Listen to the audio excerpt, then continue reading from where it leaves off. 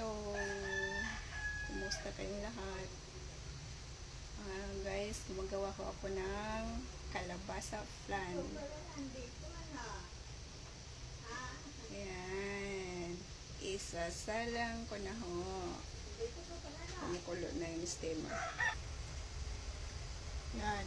Wala akong aluminum foil, kaya yan yung ginagamit kong pantakip.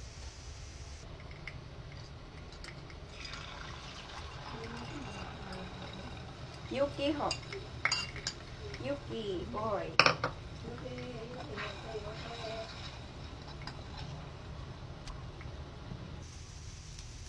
Yun yung white egg na kasama nung ginamit ko doon sa aking flan, sa aking kalabasa flan.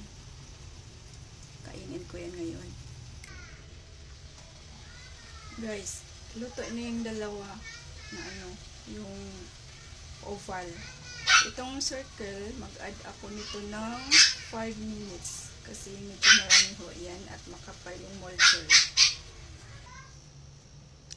Let me check if luto na.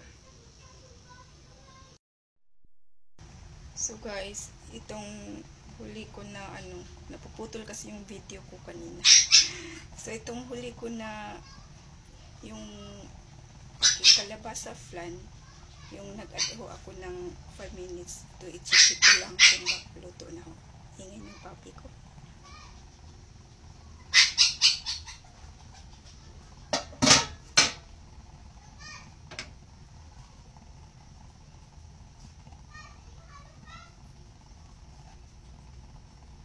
Malinis naman. So, luto na siya. Ihahain ko na siya. Yan ho, guys. Tatlo yung nagawa ko ho. Titignan ko mamaya kung maganda yung caramelize na yung result. Ito yun. Sobrang ingay ng papi ko. Yan. Say hello. Yan. Gusto niya magpabuhat. Si Yuki, ang papi ko.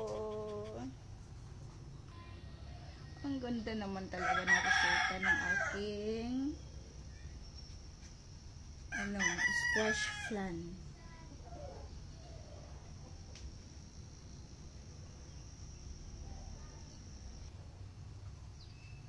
Hello.